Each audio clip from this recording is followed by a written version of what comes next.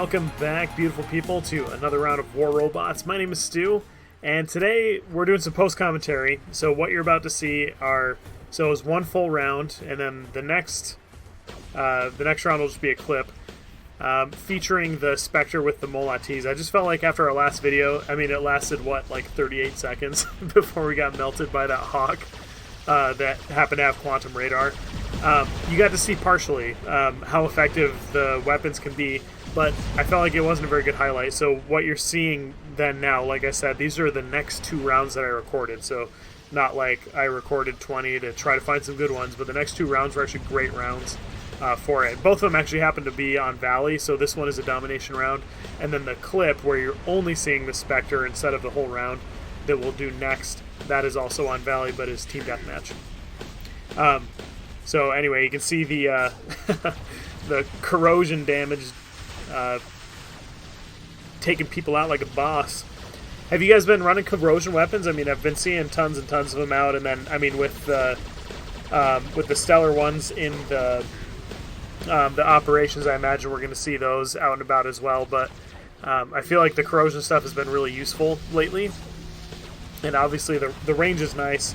What people find most disheartening is the 12-second reload, but I mean, once you get used to it, you can really make it work. I mean, yes, you get stuck in situations where you've got a scorpion on your face and you can't do anything about it, but I mean, you'll run into that with all kinds of builds, and I find that it's really not that big of a deal, especially running on my Cerberus, because you basically approach running a Cerberus like you've got a rechargeable health pool. And so, for the most part, you're ducking in and out of cover, waiting for your rechargeable health pool to come back, and then that's it.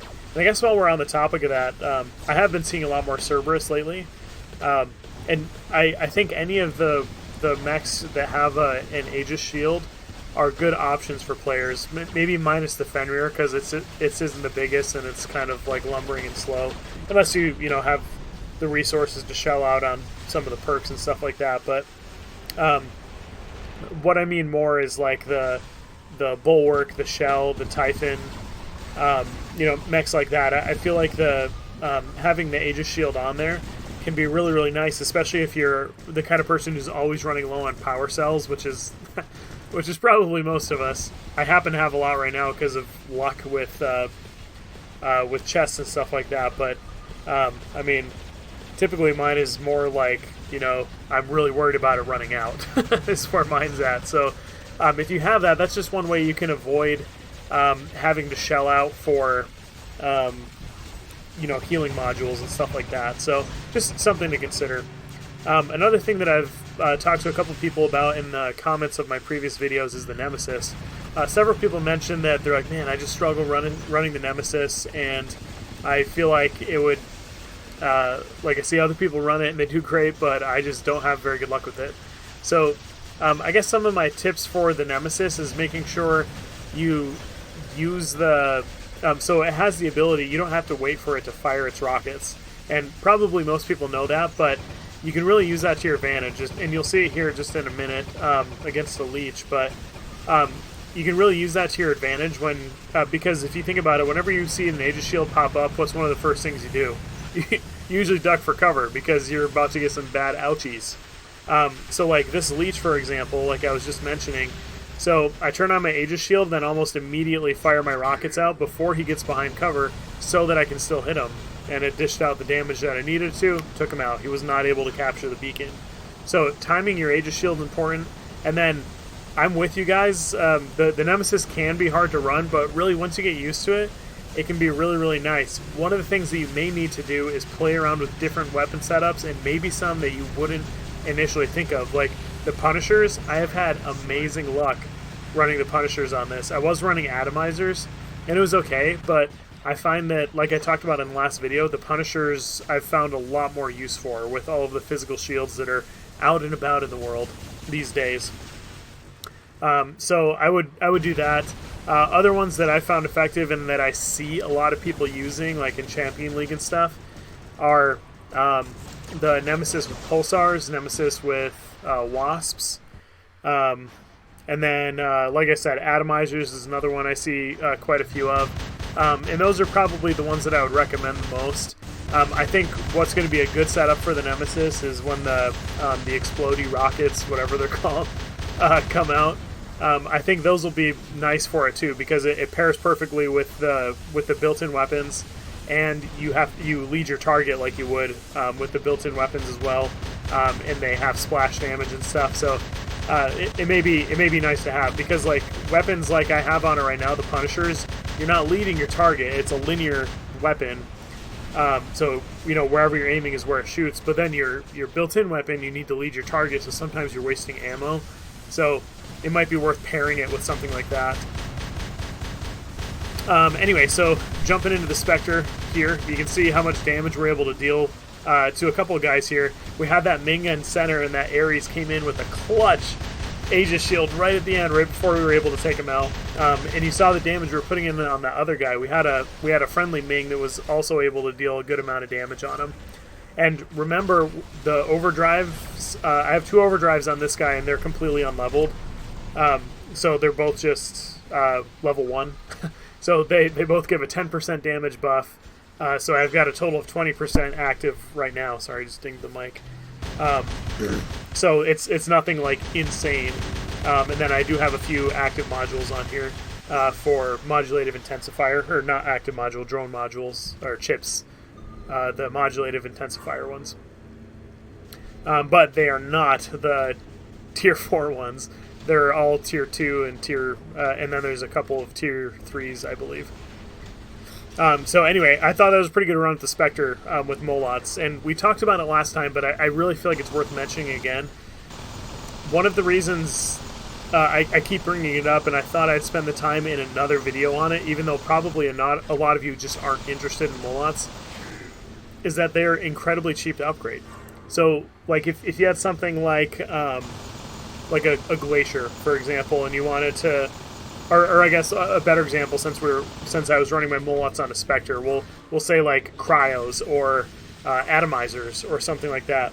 If you want to run those, it costs, what, is it like 170 or 190 million just to get it to like max Mark 1?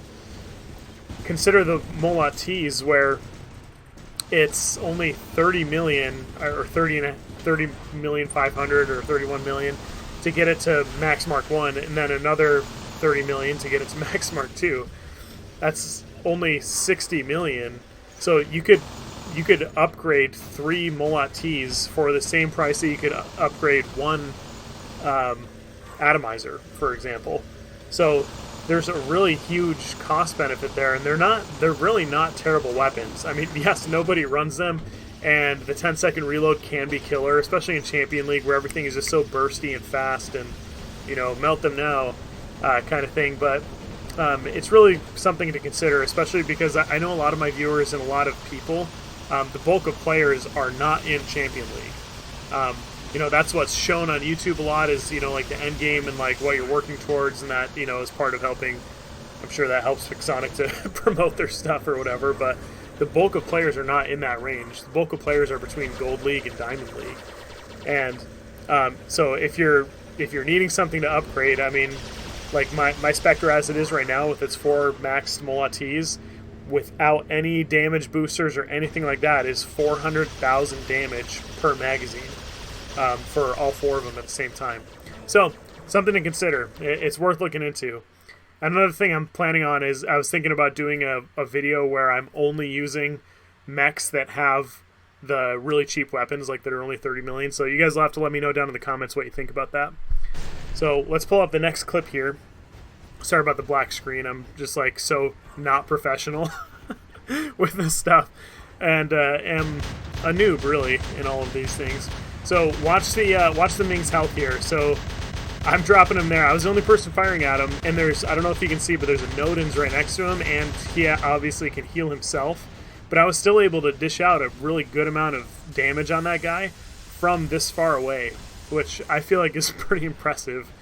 And if you get the speed shooter thing on there too, like your weapons wind up in like 1 second, and then you're able to drain your clip in like 10 seconds, and then you got your 10-second reload, where you're probably going to be waiting for an ability anyway, so does it really matter? Probably not. And any other mech in the game, like that's not a Titan, you think of like a just any standard mech. Like you catch a Scorpion out in the open or something like that at like 500 meters, and you put 400,000 damage into him with no other modules or perks or bonuses or anything, and you can put 400,000 damage into that guy. Like that's not insignificant. So it's, I don't know. I'll get off my high horse about him, but we'll just finish out this round with the Molot Spectre here. But like I said, for all of the players out there who are looking to build something, and they're not the worst thing in the world to build, and it's really cheap to upgrade. If you just can't play a lot, like maybe you play like for 20 or 30 minutes a day when you're just doing toilet time or something like that. It's hard to earn enough silver to be able to justify things. Anyway, you saw the amount of damage we were putting into that guy. At the end of it, we got help from a friendly Arthur who had some energy weapons, but we did a lot of that damage to that Ming. And yes, Mings are the lowest HP Titans in the game, and they don't have tons of resistance. This is actually a failed jump, which is the classic Sue maneuver. Welcome to the channel if anyone is new.